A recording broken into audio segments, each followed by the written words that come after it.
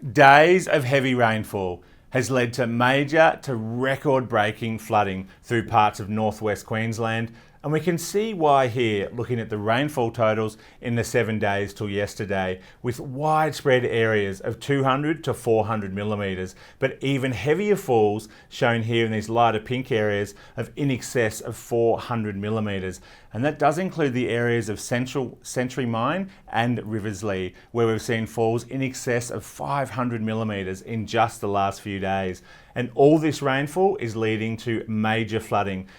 So taking a look at these flood warnings in more detail, we can see these green and yellow areas are showing areas of minor to moderate flooding, but of most concern are these red areas, which you can see the Flinders River and also the Nicholson and Gregory rivers. Now, if we have a little closer look in this area, we can really see that includes the area around Lawn Hill and also further upstream around the Burketown area, where we're experiencing or expecting to experience record flooding in the coming days. Looking at the rainfall in more detail, we've seen widespread 150 to 250 millimetres in parts of northwest Queensland, and we can see that here in some of the rainfall observations. Of particular note are Riverslea and Century Mine that have had in excess of 200 millimetres in the 24 hours to 9 o'clock this morning, but in the last 48 hours, both of these locations have had around 500 millimetres, and that is leading to major to record flooding. So looking at some of our river gauges in this area, we can see many of them are experiencing major flooding right now.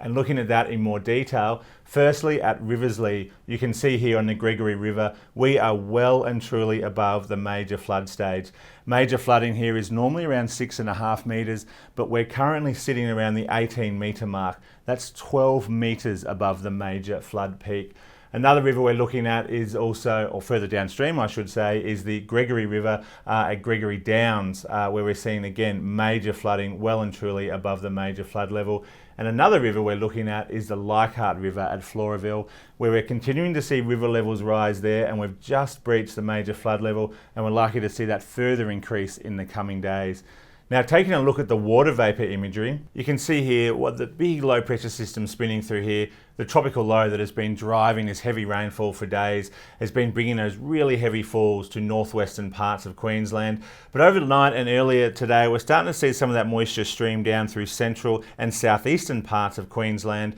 and that's going to be the focus of the rainfall as we move into the coming days. And looking at that in more detail, we can see right now with the focus of that heavy rainfall has now moved to the central parts of Queensland around the Winton and Longreach area, but we're still seeing showers and thunderstorms continue over our already flood affected areas of northwest Queensland. Now, as we move into tonight and to tomorrow, we'll see that rainfall continuing to move towards the southeast, with moderate falls starting to develop through southeastern parts of Queensland, but rain and storms still continuing through central and isolated falls through northwestern parts of Queensland. Then as we move into the weekend, we'll see that rain and thunderstorm activity continue through parts of southeast Queensland and central Queensland, but thankfully ease through northwestern parts of Queensland, where we've already seen this major flooding. And thankfully, the rainfall totals across southeastern parts of the country aren't expected to be as heavy as what we've seen here in northwestern Queensland. And after a dry few months, and particularly summer through these areas,